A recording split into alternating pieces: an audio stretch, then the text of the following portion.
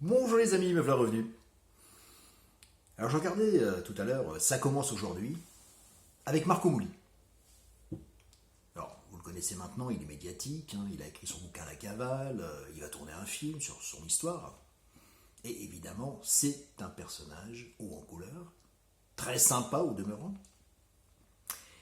Et il disait dans son émission, sur Instagram, les femmes, les hommes, tout le monde me demande, j'aimerais faire une cavale avec toi.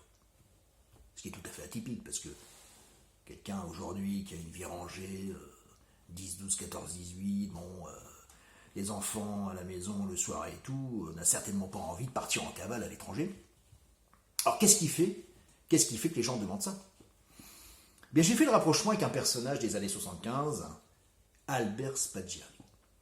Il a écrit un bouquin, Les égouts du paradis, il y a eu un film de tournée, Les égouts du paradis, et ce bonhomme-là, eh bien, c'était un petit photographe à Nice qui, tous les matins, se levait et voyait la Société Générale. Il n'était pas du tout dans le banditisme. Et qu'est-ce qu'il a fait?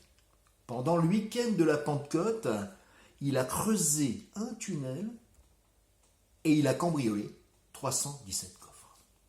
Ça a été un bordel médiatique pas possible.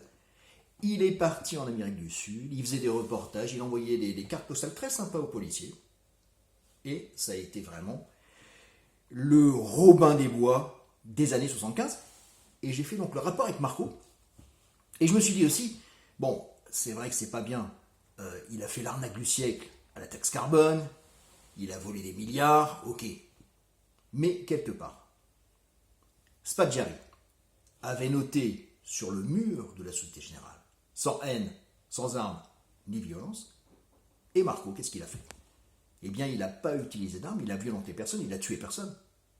Et à mon avis, c'est tout simplement les deux Robins des Bois que les gens adorent. Ciao!